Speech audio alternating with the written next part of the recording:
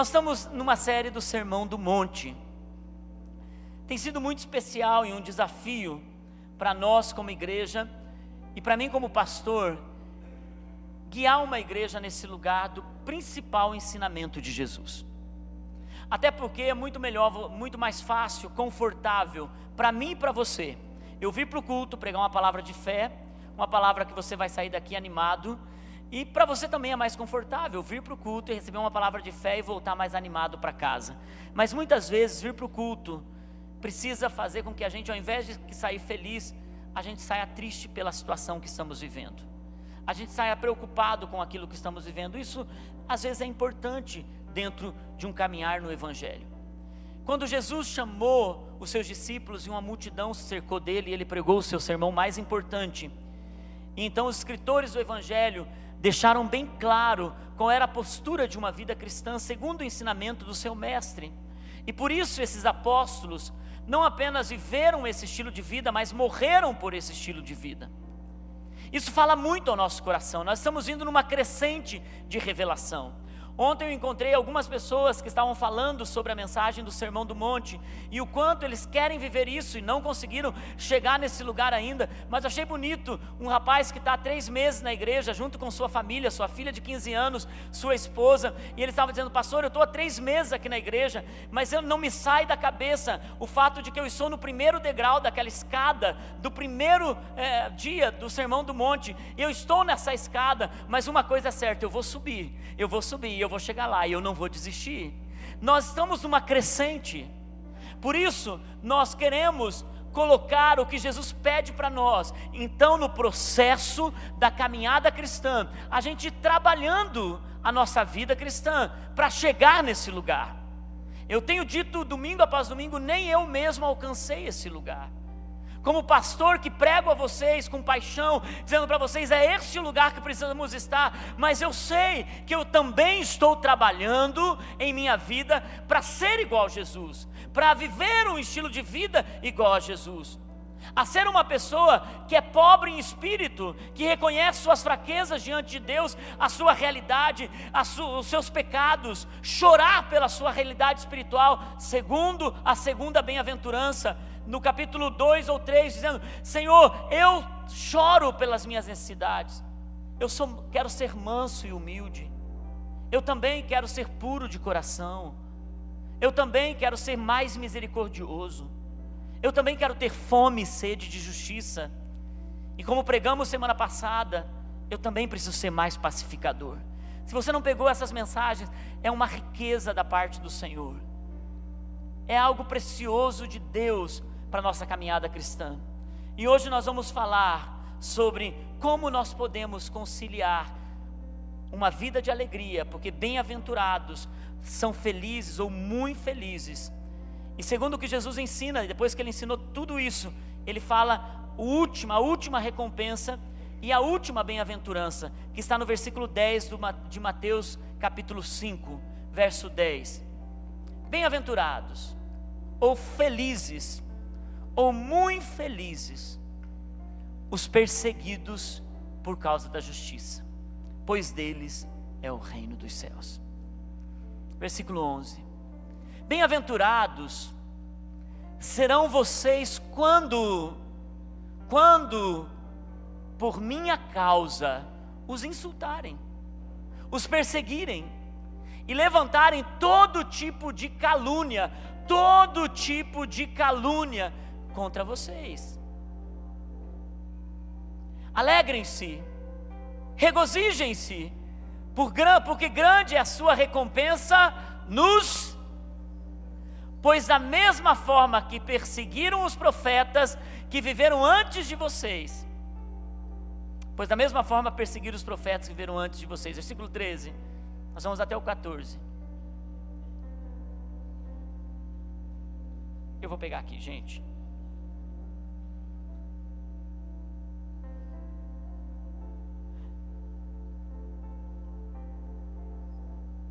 Até aqui travou.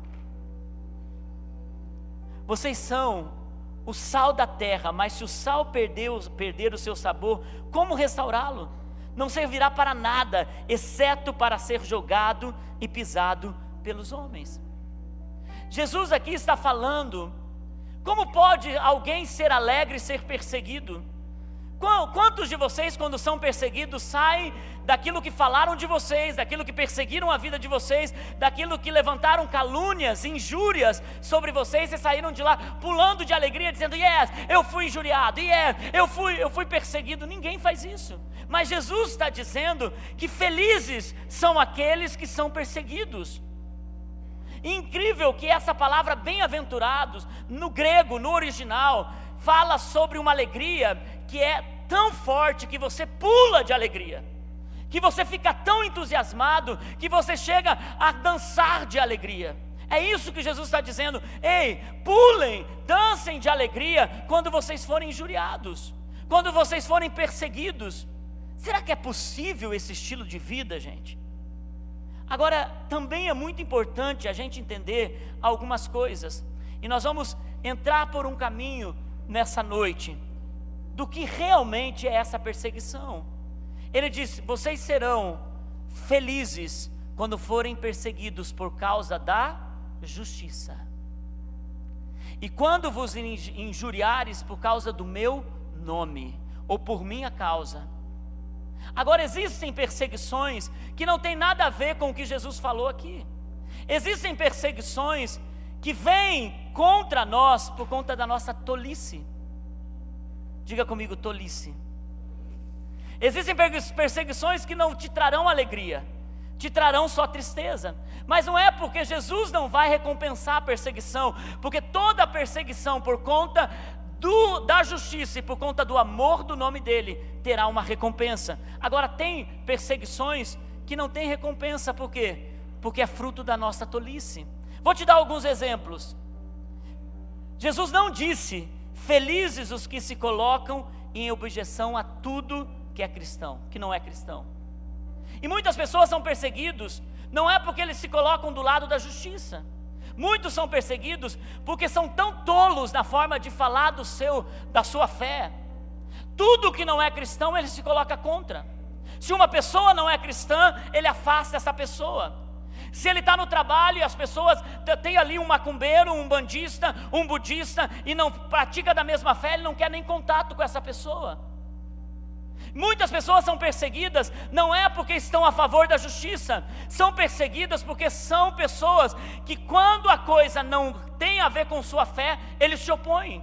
Ele é radical. Jesus também Jesus também não disse: felizes os que são intolerantes. Bem-aventurados os que são perseguidos porque são intolerantes. Se vem perseguição porque você é intolerante, é pura tolice. Tem gente que é tão intolerante depois que veio para o Evangelho, que ele, ao invés de ser sal e luz para o mundo, ele se torna uma pessoa tão religiosa, ele afasta as pessoas, ele ignora as pessoas, ele rejeita as pessoas. Tem gente que, por odiar o pecado e saber que Deus tem posições firmes em relação a práticas pecaminosas, mas Jesus tem uma posição firme em relação ao pecador. Ele ama o pecador, ele vai atrás do pecador, ele se compadece do pecador. Ele se assenta na casa de um homem tão corrupto chamado Simão. Ele janta naquela casa. Ele prefere estar na casa de Simão, o corrupto, porque lá ele sabe que aquela alma pode se encontrar com a verdade do Evangelho, do que estar no meio dos religiosos que carregam a palavra na sua boca, as escrituras em suas mãos, mas por dentro são podres.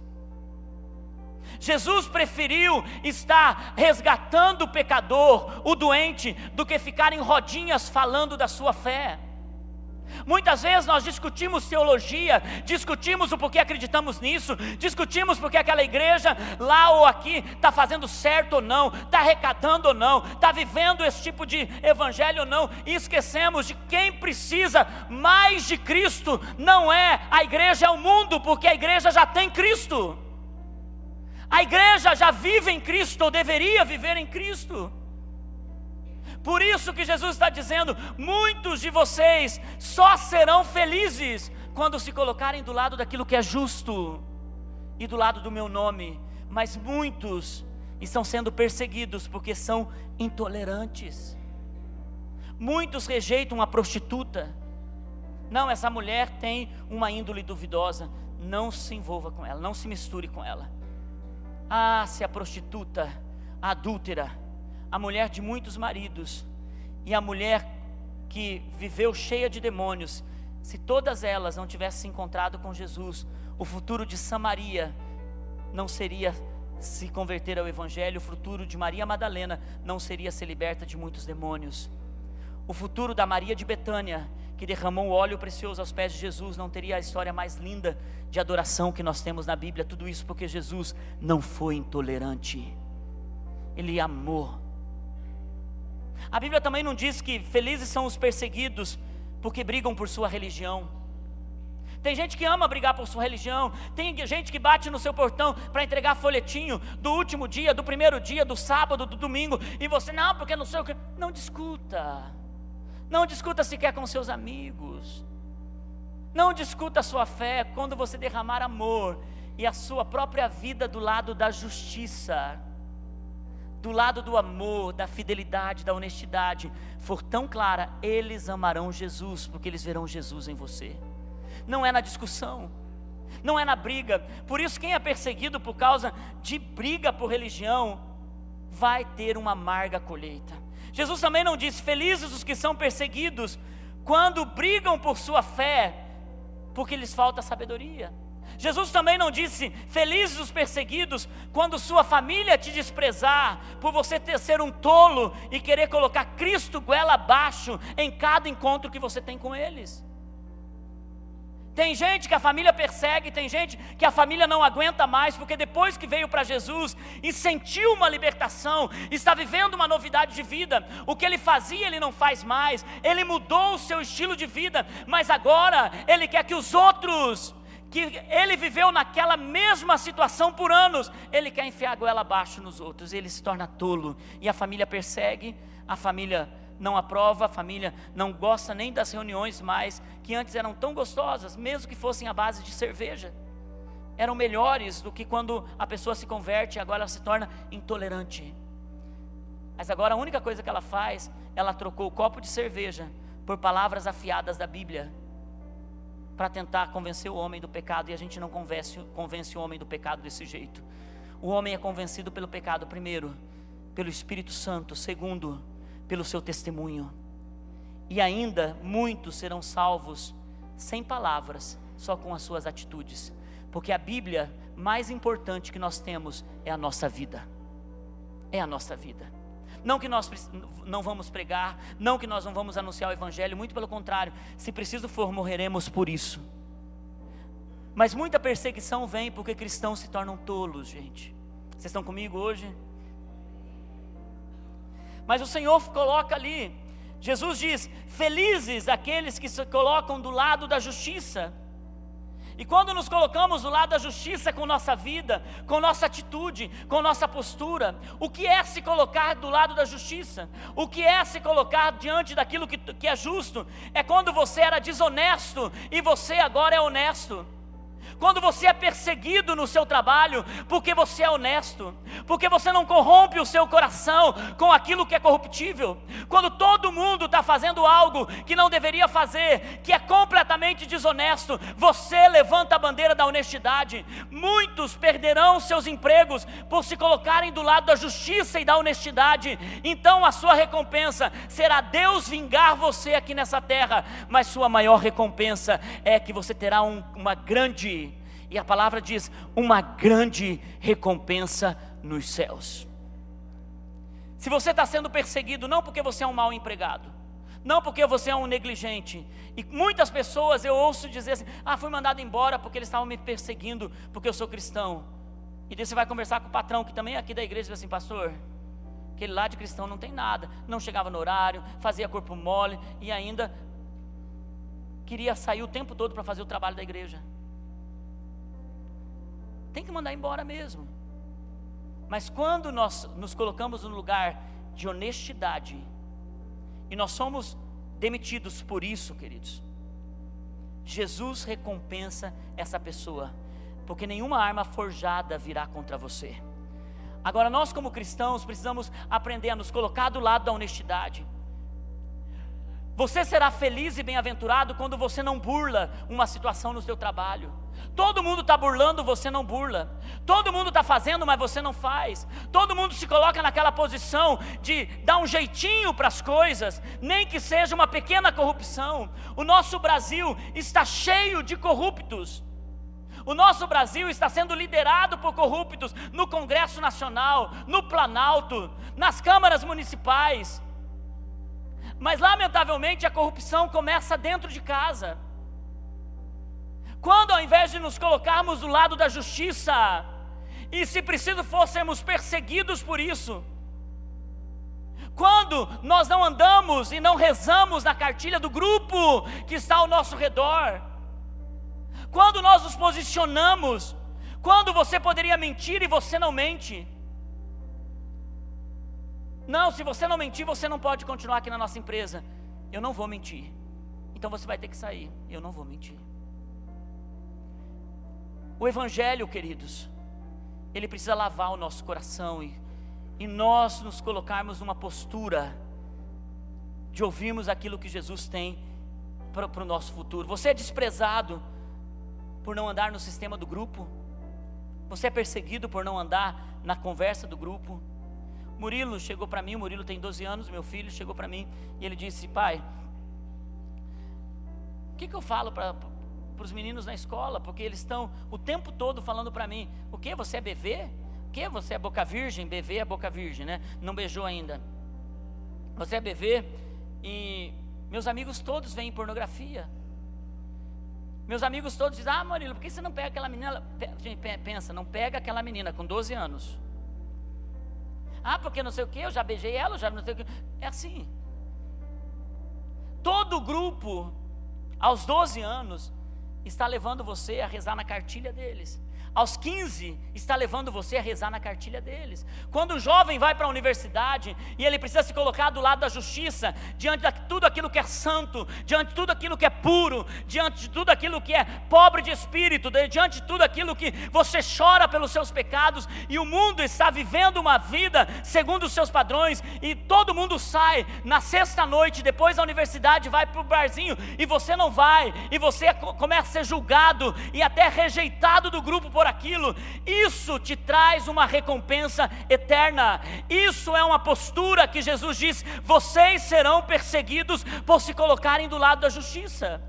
Não é vocês serão perseguidos porque quando os amigos da faculdade verem vocês falam uma linguagem cristanês, vocês falam uma linguagem evangeliquez, vocês falam uma linguagem dos... Não é nada disso. Mas é quando você deveria estar do lado da justiça e você se corrompe, você se coloca do lado da porta larga ao invés da porta estreita. Jesus já disse: largo é o caminho que leva à perdição, estreito é o caminho que leva à salvação.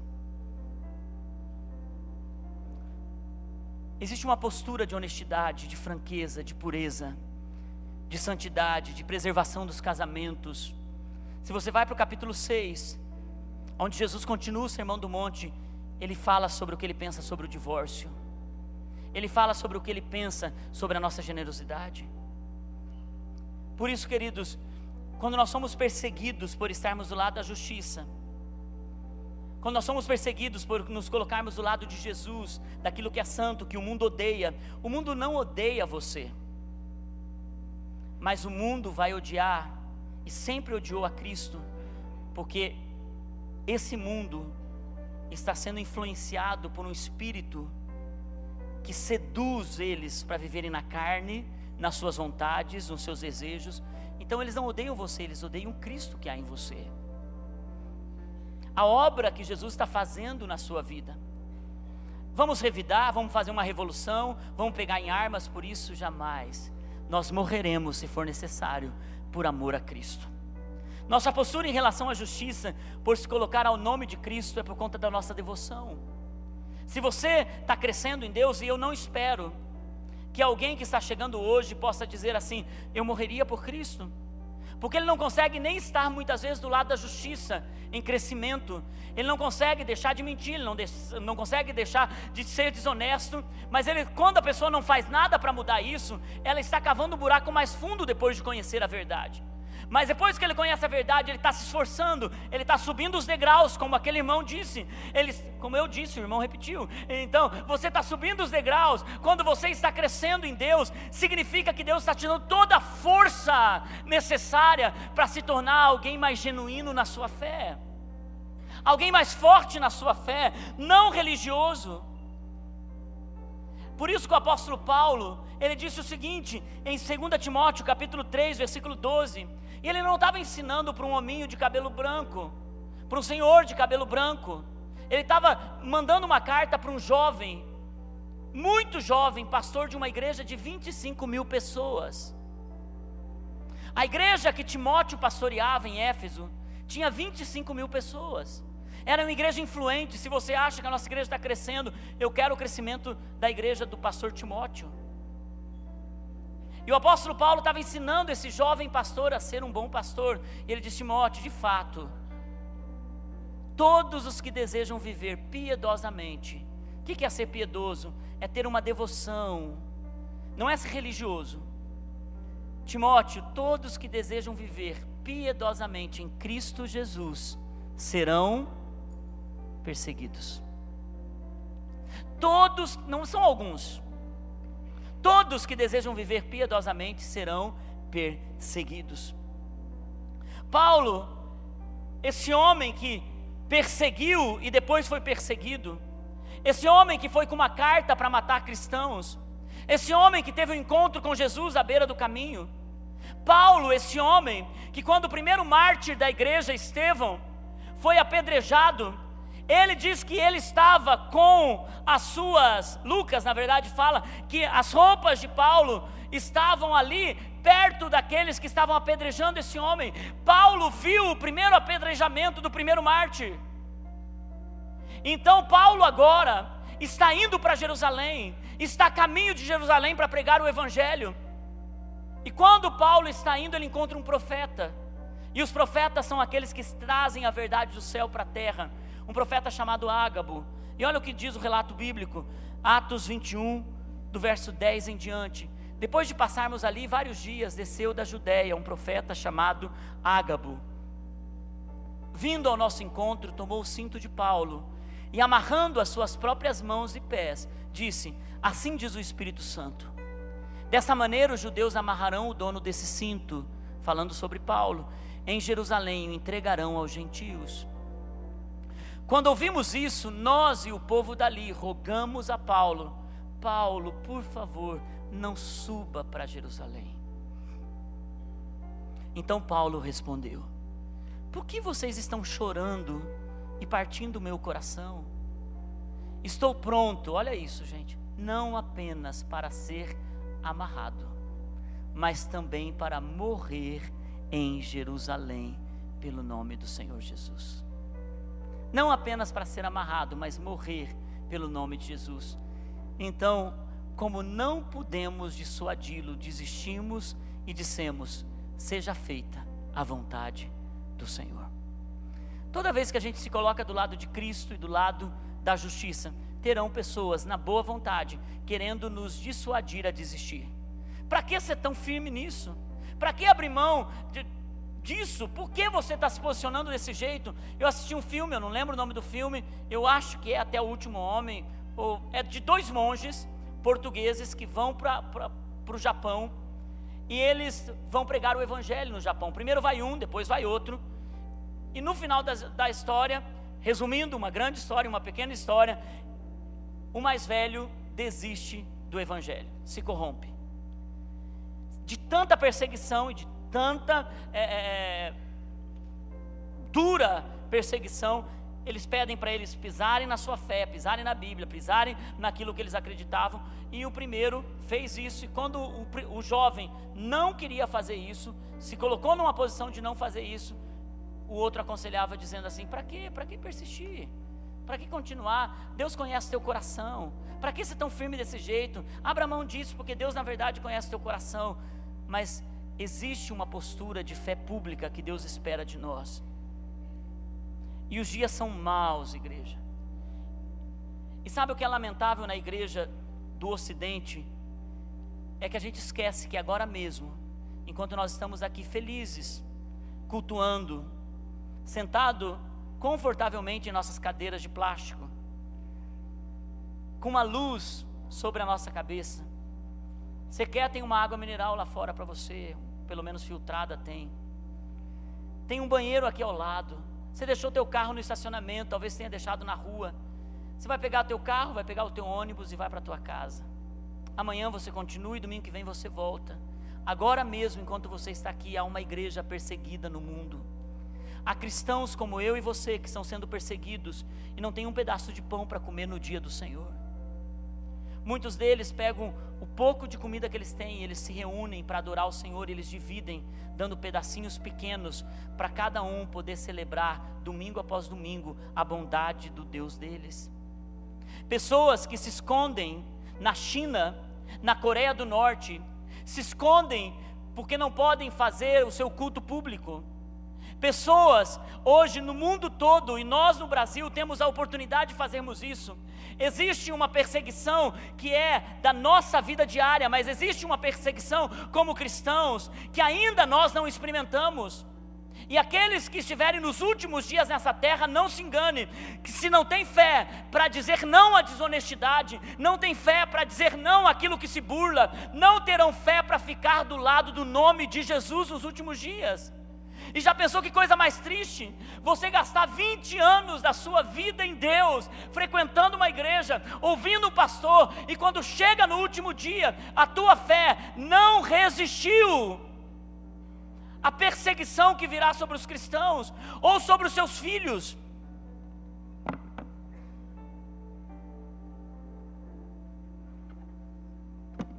Eu olho para os meus filhos, e eu fico pensando, se eles enfrentarem os últimos dias nessa terra, se o Murilo enfrentar os últimos dias nessa terra, se os meus netos enfrentarem os últimos dias nessa terra, qual foi o legado da minha fé?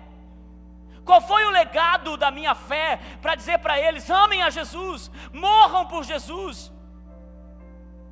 Queridos, há uma perseguição. Desde quando Jesus ressuscitou, a igreja começou a ser perseguida. O apóstolo Pedro, o primeiro mártir, na verdade foi Tiago.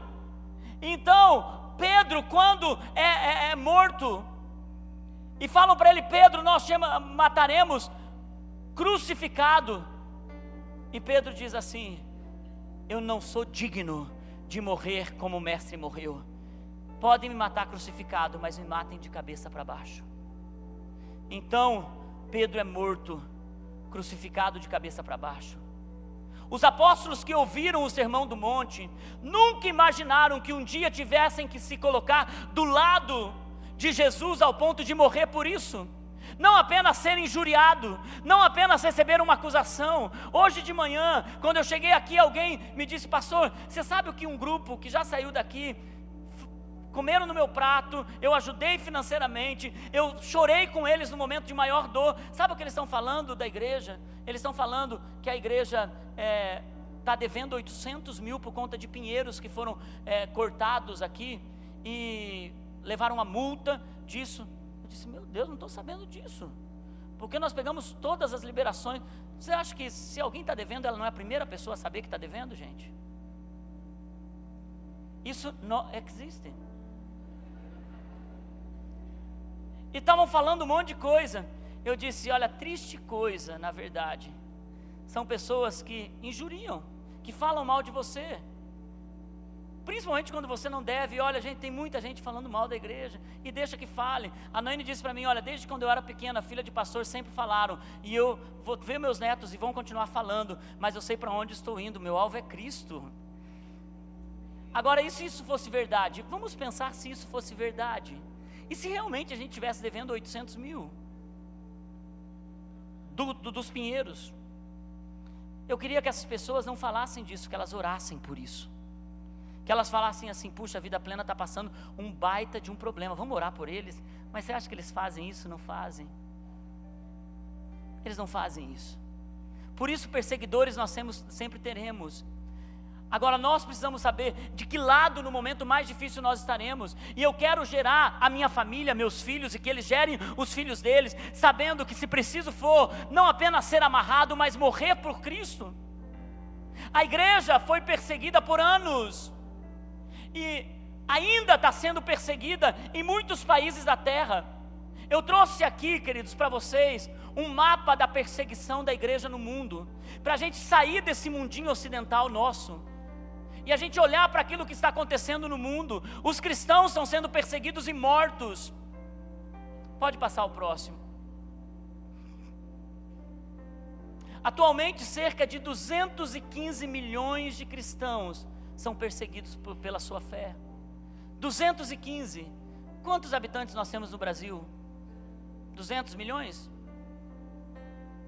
210 milhões. Pense um Brasil inteiro no mundo sendo perseguido, em todos os níveis de perseguição. Perseguições severas, perseguições altas. Pode passar o próximo. Com diferentes graus de violência e pressão.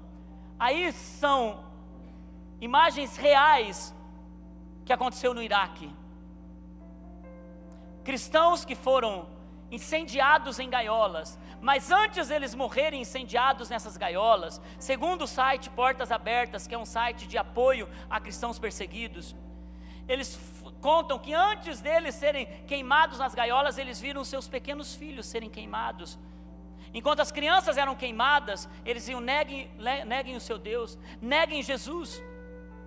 E eles chorando, eles clamaram ao Senhor, dizendo: nos dê fé, Senhor, para não negarmos o seu nome. Eles viram seus filhos sendo queimados, eles foram queimados, mas a semente do evangelho naquele país, eu não tenho dúvida de que vai haver um avanço sobrenatural do evangelho naquele lugar. Hoje pela manhã, ontem pela manhã, foi declarado que o Iraque assumiu uma das cidades que tinham sido tomadas pelo ISIS, pelo Estado Islâmico, e eles tomaram Monsul, alguma coisa assim, e eles tomaram ontem, ou seja, recuperaram uma cidade que estava sendo protegida pelas leis do Estado Islâmico. Da mesma forma que o sangue é derramado numa terra com violência e a terra clama, o sangue dos mártires que são derramados numa terra terão a frutificação. Nós cremos que Jesus ainda vai salvar esses países perseguidos, vai enviar missionários para esses lugares. A perseguição não vem só de agora, a perseguição acontece desde a época da igreja primitiva. Havia tanta violência sobre os cristãos, e pode deixar, não vamos prosseguir, eu conto essas histórias depois. Tem a perseguição extrema em alguns desses países, onde as leis do país tiram toda a liberdade do cristão. É por lei. Você não tem como desobedecer essas autoridades, levando à prisão, tortura e morte. Os missionários que entram nesses países sabem que entrarão para morrer. Todo missionário que vai para a Coreia do Norte, que vai para o Sudão, que vai para o Afeganistão, que vai para a Somália, para a Eritreia, todos esses missionários sabem que eles estão dando talvez o último adeus para os seus pais.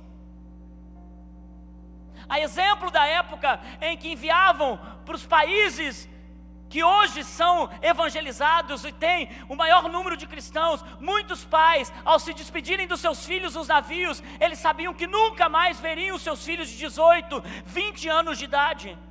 Estavam enviando para uma missão. Existem países que ainda missionários têm coragem de entrar neles. Existe uma perseguição severa, não há leis contra a prática da religião, mas há perseguição por parte do governo, da família e da sociedade. Existe uma igreja que nós ajudamos no Cairo, eles têm um estúdio, nós mandamos todo mês uma oferta generosa em dólar para eles, porque eles fazem um estúdio de propagação do evangelho na língua árabe. Eles, além de enviarem panfletos, eles conseguem colocar para os beduínos e para os homens que estão em aldeias afastadas, que tem só uma parabólica, eles conseguem cortar o sinal e mandar um sinal de uma mensagem cristã para aquele lugar, e muitos estão se convertendo, Alguns, quando se convertem, eles acabam sendo perseguidos pela própria família. Então no Cairo, no Egito, um lugar de extrema perseguição também, há uma igreja florescendo, e eles ganharam um lugar no deserto, um lugar de retiro onde eles acolhem muçulmanos que foram perseguidos e foram excluídos da sua família, e as pessoas passam um tempo lá até reconstruir a sua vida. Muitos deles nunca mais verão seus filhos, muitos deles nunca mais verão seus pais, muitos deles foram rejeitados e violentamente machucados por aceitarem o Evangelho e disseram sim. Existe um outro tipo de perseguição, que é a perseguição no nível alto. As leis do país permitem a prática de outras religiões, mas os cristãos são perseguidos em todas as esferas. Próximo slide. Só um pouquinho, volta no slide anterior. O nível de violência contra os cristãos, eles queimaram, eles afogaram.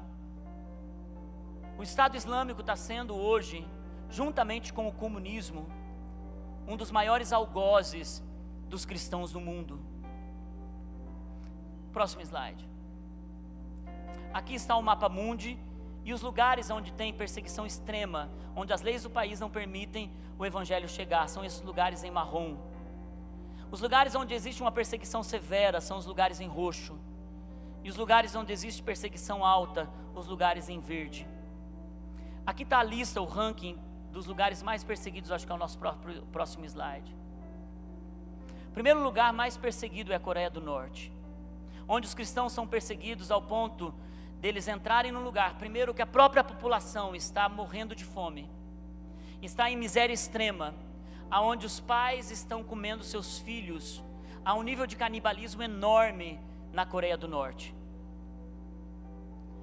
Nesse lugar, todo missionário que está entrando lá, ele sabe que ele está entrando para viver segundo a realidade daquele país, em um lugar de extrema miséria, um lugar de extremo frio, um lugar onde eles vivem uma vida subhumana, ao ponto deles serem descobertos e irem para campos de trabalho forçado, em pedreiras, não tendo muitas vezes um tipo de alimento por dia. O segundo lugar é a Somália, Afeganistão o terceiro, Paquistão o quarto, Sudão o quinto. Houve uma revolução lá e está uma coisa tão horrível no Sudão. A Síria e o Brasil têm recebido muitos sírios cristãos que foram perseguidos por causa da sua fé, tiveram que abandonar tudo, engenheiros, arquitetos, gente que teve que fugir, deixar tudo lá. O Iraque, Irã, o Iêmen e a Eritreia, ali está escrito errado, mas é a Eritreia, que está hoje em 9º lugar, mas já foi muitos anos em 2º lugar. E aqui na América, ou nas Américas, nós temos o México, que acabou saindo há poucos anos, talvez 40 anos, de uma perseguição tão violenta, aonde o governo, há 40 ou 50 anos atrás, o governo acabou matando muitos sacerdotes e perseguindo a igreja. E aqui perto da gente, na Colômbia, é o 50º país em perseguição contra os cristãos. Nós vamos dar uma olhada para fora do nosso conforto, sabe, gente? E perguntar para nós mesmos, o quanto nós nos colocamos do lado de atos de justiça na nossa vida pessoal, mas o quanto nós estamos guardando a nossa fé e guardando a fé da próxima geração, ao ponto de morrer por isso. A igreja primitiva era tão admirada e ela cresceu por causa do sangue dos seus mártires. Os cristãos, não apenas os apóstolos, os cristãos da igreja primitiva, conforme os governadores e os imperadores iam entrando, e eles instituíram Roma como um deus, e constituíram o imperador como um subdeus. Por isso eles diziam ave César, eles adoravam a César, tinha templo a César, ao imperador, a adoração ao homem, e a igreja se posicionando, dizendo nós temos apenas um Deus, apenas um rei, ele é Jesus. Eles foram mortos nos grandes coliseus. Nero, o imperador louco, que incendiou Roma ao seu bel prazer, esse homem perseguiu tantos cristãos, que ele lotava os coliseus, e colocavam os cristãos para serem um espetáculo público. Ele, quando não achava mais engraçado aquilo que os cristãos estavam sofrendo, ele usava novas técnicas. Ele começou colocando os cristãos no centro das arenas, e soltavam leões famintos, e esses leões devoravam os cristãos.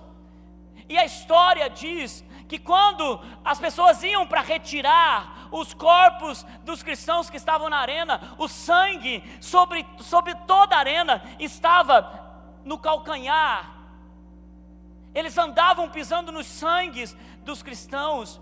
E quando eles iam para pegar as partes dos corpos, se eles choravam, e muitos deles se convertiam ali, porque eles não entendiam como podia aqueles cristãos sendo humilhados. Muitos desses cristãos, homens eram vestidos de mulheres, mulheres eram colocadas nuas na arena, envergonhadas. Nunca ninguém tinha visto os seus corpos. O seu corpo era do seu marido, eles guardaram pureza. E de repente agora um homem mau expõe a nudez desses cristãos, humilham os homens vestidos de mulher, colocam em praça pública, e eles não entendiam como podia.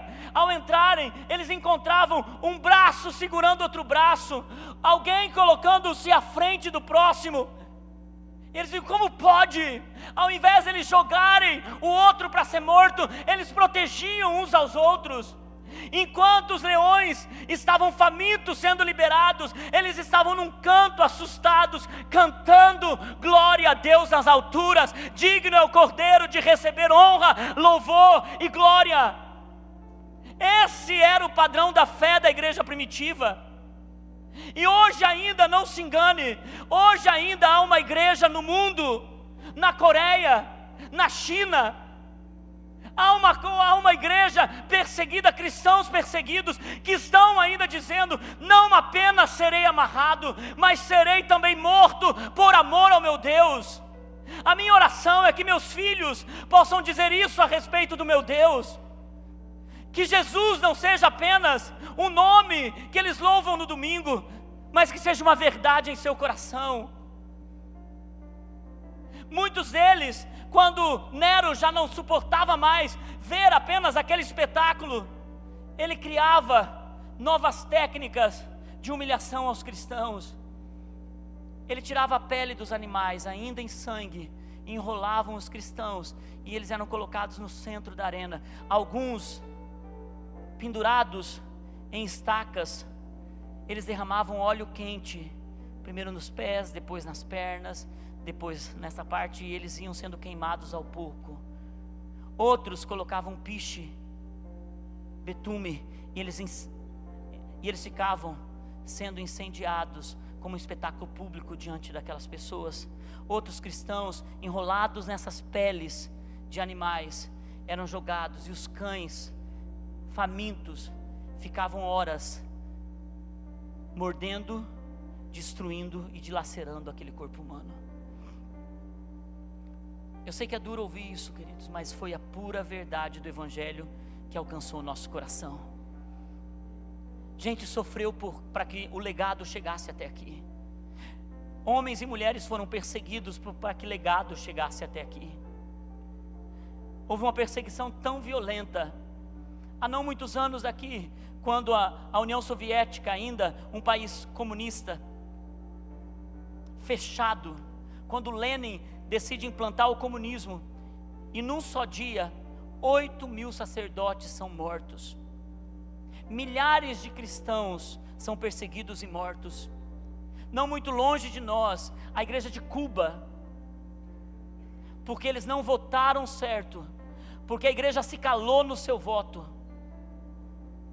porque a igreja não se posicionou na sua cidadania.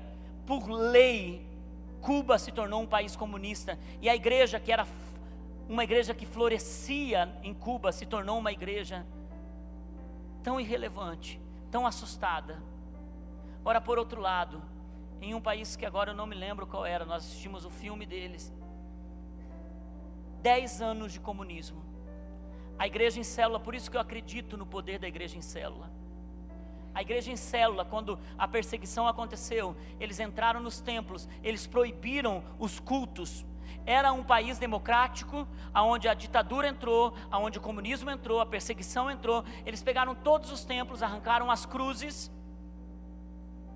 e eles acabaram fazendo com que os cristãos que fossem descobertos fossem mortos. E os cristãos não se calaram. Sabe o que eles faziam? Eles iam para as casas, eles se reuniam nas suas células, E eles, todo dia da semana que eles se reuniam, eles tinham uma mesa de centro na sua sala, que era falsa, e eles, dentro tinha uma Bíblia, tinha o material de estudos, e em cima eles tinham sempre um bolo pequeno e uma jarra de suco. Se alguém entrasse, eles moviam rapidamente, eles colocavam o suco e o bolo em cima e colocavam a Bíblia por baixo, eles fingiam que era uma reunião ali. 10 anos eles ficaram fazendo isso escondido. E quando não podia ter mais de 10 pessoas na casa, eles se multiplicavam, e eles se multiplicavam, e eles se multiplicavam. Quando o comunismo caiu, nenhum deles se conheciam. Eles não frequentavam o culto porque não podia. Eles só se multiplicavam nas casas. O primeiro domingo do culto, quando um líder foi falando para outro líder, e eles fizeram a primeira reunião, a igreja tinha mais de 20 mil pessoas reunida naquele culto, gente chegando, celebrando, cantando, as ruas ficaram cheias, e o Senhor foi glorificado, porque nem a perseguição pode parar o evangelho, quando tem pessoas que não temem morrer por amor de Jesus. Eu pergunto a você, se um dia chegar uma perseguição no Brasil, tua fé vai resistir? Hoje eu vi, antes de sair de casa, eu vou colocar isso no meu Facebook, entre no meu Facebook, ou hoje ou amanhã, eu vou colocar isso, um pastor da Coreia do Sul, pregando aqui em Curitiba, na igreja do Odilon, do pastor da igreja batista. Ele diz assim: eu não acredito que vocês brasileiros são desse jeito, eu não acredito. O que eu vi ontem à noite, nunca aconteceria na Coreia. E ele começa a colocar as coisas, mas eu não vejo que é a igreja do Odilon, eu vejo que é a realidade da igreja no Brasil. Ele diz: isso nunca aconteceria, porque lá nós tememos, nós amamos a Deus, nós honramos a Deus. E é por isso que a igreja da Coreia e a igreja da China estão enviando por ano quase 3.000 jovens para missões todo ano. Eu queria fazer uma pergunta para você, pai e mãe, para você que tem filhos pequenos. Você hoje teria coragem de entregar seu filho para que Deus cumprisse todo o propósito que Ele tem na vida desse menino ou dessa menina? Se Deus tivesse que mandá-lo para a Coreia, para o Afeganistão, você teria coragem de enviá-lo? Se o filho teu chegasse e falasse: pai, mãe, eu estou sentindo de ser missionário na Europa. Vai, filho, porque Paris é lindo. Agora, se perguntasse para você: pai, mãe, eu quero ser missionário lá na Somália, você daria o seu filho para morrer por Jesus? Eu me fiz essa pergunta e eu me faço muitas vezes, a minha carne sempre diz não. Sempre diz não. Teve uma jovem que eu conheci, família bem estruturada, e essa jovem fez faculdade de medicina. Depois de se formar, os pais esperando ela se tornar uma médica reconhecida, ela decidiu ir para os Médicos Sem Fronteira, para cuidar de pobres, ganhando um salário baixo, para evangelizar os mais carentes. Nós precisamos pensar que há muito mais do que esse lugar, queridos. Há muito mais do que viver essa vida cristã aqui. Nós estamos indo para Moçambique. Semana que vem talvez eu fale um pouquinho melhor sobre isso com vocês. Nós estamos indo para um lugar que para mim tem uma história que me impacta demais. Uma jovem americana, na verdade já era casada, mas ela ouviu do Senhor, de uma família rica. O nome dela Heidi Baker. De uma família rica, loura, mais branca do que a neve. Uma mulher formada em balé clássico, uma mulher que tem faculdade, universidade super reconhecida, e ela ouve do Senhor: você daria a sua vida para mim? Ela disse: sim, eu daria. E ela foi então para Moçambique. Ela ouviu do Senhor que deveria ir para lá, foi apenas com uma mala para Moçambique, só com uma bolsa para Moçambique. Não sabia falar o português. Começou a aprender o português com as crianças da rua. O português dela é muito engraçado, porque parece que ela está falando com criança, porque ela aprendeu com criança, e esse é o português que ela tem. Ela já esteve ministrando aqui uma vez. E ela conta uma experiência que ela chega lá, ela não tem dinheiro, ela aluga uma casa, ela recolhe 8 órfãos para morar com ela, e ela consegue com o governo liberação para cuidar daqueles 8 órfãos. E ela disse que um dia ela tinha só o último pouco de comida na casa, e ela faz para eles, e ela sabia que não tinha nem para ela, e de repente começam a bater na porta dela pedindo comida, e Deus falou com ela: você vai dar comida para eles, para os seus filhos, e vai dar comida também para aqueles que vierem bater na sua porta. E começou a bater, e a fila começou a se formar, e a fila começou a aumentar, e dava para fora do portão, e ela disse: Deus, o que eu vou fazer? Ele disse: apenas sirva os seus, e vá com a panela para a porta, e começa a servir aqueles que estiverem na fila. E ela serviu os seus, e ela foi servindo aqueles que estavam na fila. E ela disse: eu servi uma multidão de pessoas, e a comida da panela não se acabou até que a última pessoa comeu. Essa mesma mulher tem o histórico de ter ressuscitado pelo nome de Jesus mais de 4 mortos. Eu conheci um deles, pastor Surpresa. Já pensou que surpresa você ser ressuscitado? Mas o nome dele é Pastor Surpresa. E Pastor Surpresa junto com Heidi, eles tiveram um impacto tão poderoso, mas tão forte na África. E o que é lindo é que, não é isso que é lindo, mas o que é bonito, que ser ressuscitado logo depois que morre é muito poderoso. Sim ou não? Mas na África, e a gente participou de alguns velórios lá, os velórios lá, eles duram algumas vezes 15 dias, 8 dias. Eles têm um preparo do corpo, porque o corpo precisa passar por todos os lugares que o morto viveu. Se ele viveu em 10 lugares, ele precisa passar por todas as cidades antes de ser enterrado. Então ele fica um dia e meio, e eu participei de alguns desses velórios, pelo menos 2, e um deles, quando o morto chega, ele está com um cheiro muito diferente, muito estranho, e as pessoas que conheciam ele vão para a igreja, e eles começam ali a contar tudo que eles... ele foi na minha casa, ele comeu bolo com não sei o quê. E daí o outro chega, levanta, ele também esteve na minha casa. E contam a história do morto. Então, e um desses mortos já tinha dias que estava morto e ressuscitou. E essa mulher, eu fazia uma grande história, uma curta história de novo. Essa mulher, hoje, tem pelo menos 20 orfanatos em toda a África. Nós estamos indo para um deles que cuidam de quase 400 crianças. Essa mulher abriu mais de 10 mil igrejas nesses últimos 20 anos. 10 mil igrejas. Essa mulher já apanhou. Eu fui em uma das conferências dela, numa aldeia. Nós entramos no rio, passamos, chegamos numa aldeia, era de madrugada. Aquela aldeia estava esperando, eles passaram o filme de Jesus, e ela começa a orar por cura. Eu vi cego enxergando, paralítico andando, no meio de um lugar que não dava para ver um palmo na frente, uma luz, e ela ministrando, e ela abraçando pessoas. As pessoas bêbadas chegavam, e ela sentava no chão com elas, e ela chorava com elas. Essa mulher, ela nunca, eu já contei isso para vocês, ela nunca se adaptou à pobreza deles, mas ela sempre mostrou que o amor vence a pobreza. Sabe o que ela faz?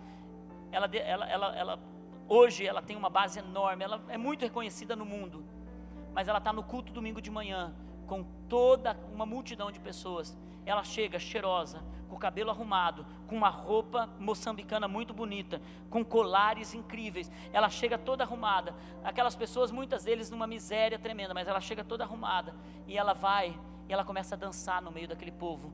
E o culto de Moçambique duram 3, 4 horas, e eles dançam, e eles dançam, e eles dançam. Ela chega arrumada, e ela sai toda cheia de pó, toda suada, e ela prega, ela ministra as pessoas. E eu fiquei pensando, por que essa mulher não chega já simples? Por que essa mulher já não chega de qualquer jeito? Afinal de contas, ela vai ficar de qualquer jeito.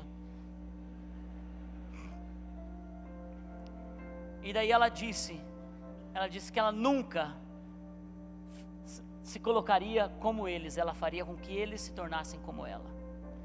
E está dando muito certo. 20 anos depois, muitos desses órfãos estão fazendo faculdade, estão se tornando pais de família, estão influenciando a sociedade, estão levantando o nome de Jesus. Mas eu também falei sobre isso porque o muçulmano, eu fui lá, os muçulmanos estão nas mesquitas, fazendo um evangelismo violento e perseguindo os cristãos. E eles oferecem comida para isso. Todo domingo de manhã, todo sábado, toda sexta, os muçulmanos estão entregando comida, e muita gente se veste de muçulmano e pega o Alcorão e se tornam muçulmanos por causa da comida. Nós estamos indo para esse orfanato e nós vamos fazer um jantar nesse orfanato. Nós vamos servir para essas crianças uma comida que eles têm só 2 vezes por ano. Eles comem galinha com refrigerante 2 vezes por ano. No 1º de junho, que é o dia das crianças, no dia 25 de dezembro, que é o Natal. E galinha, eles comem meia galinha nesse dia. Mas a galinha deles é desse tamanho, gente. É quase uma codorna.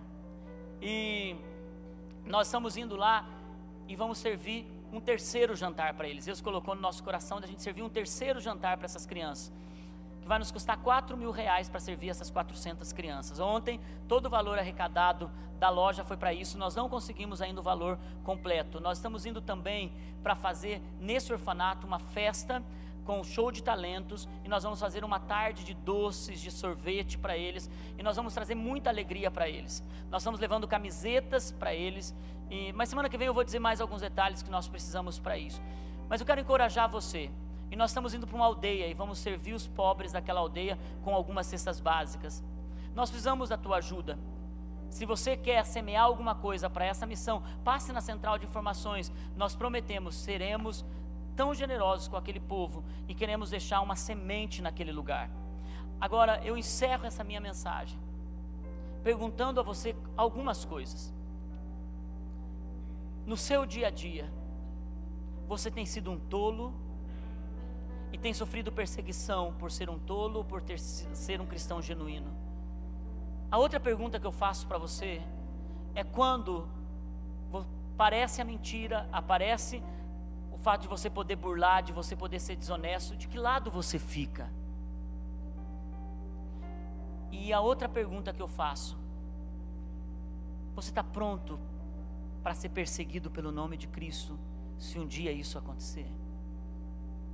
E eu encerro talvez com a mais doída: você está pronto para entregar os seus filhos para serem perseguidos por amor de Cristo? Perguntas que você pode responder e deixar crescer em fé no teu coração. Mas lembre de uma coisa: você só está aqui hoje porque o sangue de homens e mulheres foram derramados por mim e por você.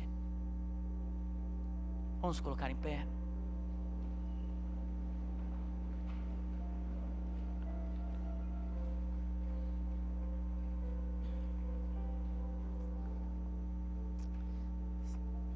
Olhe para mim. Durante essa mensagem vocês olharam para mim com uma cara tão estranha, gente. Eu brinquei semana passada, será que vocês voltam? Vocês voltaram. Então eu quero dizer para você, o Evangelho, ele vai criando em nós uma unção que não deixa as pragas tocarem o nosso coração. Guarde o seu coração em Deus. Um homem, no momento da sua morte, por amor a Cristo, o seu inquisitor disse para ele assim: se você não morrer, se você não abandonar Cristo, nós mataremos a sua família. Ele diz: podem matar minha família, porque a família que Deus me deu vai se encontrar comigo lá na eternidade. Para mim, eu abandonaria tudo por amor a Cristo. Se você então não morrer, eu vou tirar a tua terra. Ele disse: você não pode tirar minha terra, porque eu tenho uma casa eterna que Deus preparou para mim, uma casa melhor do que essa. Você nunca pode tirar a minha terra. Então eu vou matar todos os seus amigos. Você não pode matar os meus amigos, porque o meu melhor amigo, ele está comigo para sempre, ele é o Espírito Santo. Sabe de uma coisa, querido? Ninguém pode tirar a nossa fé. Podem tirar tudo da gente, mas a nossa fé eles não podem tirar. É por isso que a minha oração é que a tua fé seja uma fé do Sermão do Monte, em crescente progressão e consolidação. E você, se daqui 10 anos você responder pelo menos 2 ou 3 essa pergunta, sim, eu daria para Jesus isso. Se hoje você tem medo de entregar para Jesus algo, mas continue crescendo, continue avançando, continue rompendo. Deus quer revolucionários também do reino dele. Nós temos promessas dessa casa que você faz parte. Muitos profetas passaram por aqui dizendo que daqui sairiam missionários para as nações. Deus vai colocar no coração de muitas crianças e de muitos jovens o desejo profundo de pregar o evangelho em outras nações. Deus vai colocar no coração dos nossos filhos um desejo profundo de se entregar para Ele. Por isso nosso propósito é apenas ensinar a palavra, e o chamado de Deus vai se cumprir, e você vai ser feliz por isso. Os moravianos, quando foram enviados para ilhas que eram ilhas canibais, e eles se despediam da sua família, e eu tenho uma história de uma mãe que mandou seu primeiro filho, ele não voltou. Seu segundo filho recebeu o chamado de Jesus para ir também para ilhas perseguidas, esse homem também não voltou. Ela mandou então o seu filho mais novo, quando fez 18 anos, seu filho mais novo disse: mãe, eu sei que os meus irmãos não voltaram, mas eu quero ir. Então, na semana que ela estava enviando, o pastor foi na casa dela, ela estava chorando muito, muito, muito, muito. E o pastor foi para consolar essa mulher, e ele disse: irmã, eu sei que você já mandou o seu primeiro filho, e ele não voltou, mas ele morreu por Jesus. Irmã, eu sei que você mandou o seu segundo filho, e ele foi e não voltou, mas ele morreu por Jesus. E eu sei que agora, semana que vem, você vai mandar o seu próximo filho. E eu sei que não está sendo fácil para a senhora, porque afinal de contas, agora a senhora vai ficar sem filhos. E ela disse: pastor, você não está entendendo nada. Eu estou chorando, porque eu não tenho mais filhos para dar para o Senhor. Eu não tenho mais filhos para entregar para Jesus. E hoje, queridos, a história é que esses missionários evangelizaram ilhas que inteiras, lugares inteiros são rendidos ao Evangelho. Por isso que a recompensa, então Jesus fala da recompensa: quando vocês forem perseguidos por amor a mim, de vocês serão o reino dos céus. De vocês serão o reino dos céus. Ou será que a gente está criando os nossos filhos e vivendo a nossa vida apenas por 70 e 80 anos nessa terra? Ou será que nós estamos olhando para a eternidade e vivendo pela eternidade? Oremos para que a nossa fé ela seja genuína. Abra tuas mãos, feche seus olhos. Espírito Santo, Espírito Santo, nos ajude a vencer a nossa tolice, a nossa intolerância. Ajude, Senhor, a vencer as áreas que não conseguimos nos colocar do lado da justiça. Senhor, nos ajude a amar a Cristo de tal maneira em que nós morreremos por Ti. Nos ajude, Senhor, a amar o Senhor ao ponto de dar os nossos, entregar nas Tuas mãos os nossos e dizer: faça com eles o que está no Teu coração. Senhor, nós queremos ter uma vida de entrega. Nós queremos, Senhor, ser cristãos que entregam tudo o que têm. E é por isso que ao olharmos para Ti, nós conseguimos ser transformados. Nós somos transformados por isso. Tira os nossos olhos desse mundo, coloca os nossos olhos na eternidade. Nós chamamos, Senhor, nós chamamos o profundo do nosso coração. Que essa seja uma noite de entrega de coração, de entrega de caráter, de entrega de vida. Guarda o nosso coração nisso, Senhor. Ore agora junto com a pessoa que está do seu lado. Ore agora para que nós possamos, como igreja, sermos relevantes. Ore para que nós possamos tocar países. Ore por pessoas. Ore por países perseguidos. Ore nessa manhã, nessa noite. Dá um pedacinho, né?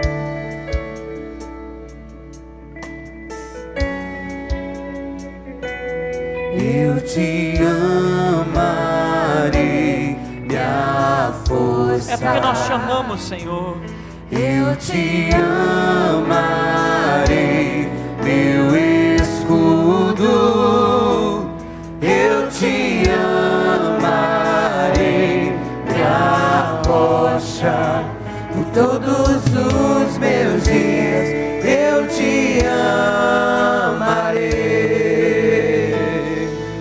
eu te amarei, minha força, eu te amarei, meu escudo, eu te amarei, minha rocha, por todos os meus dias, eu te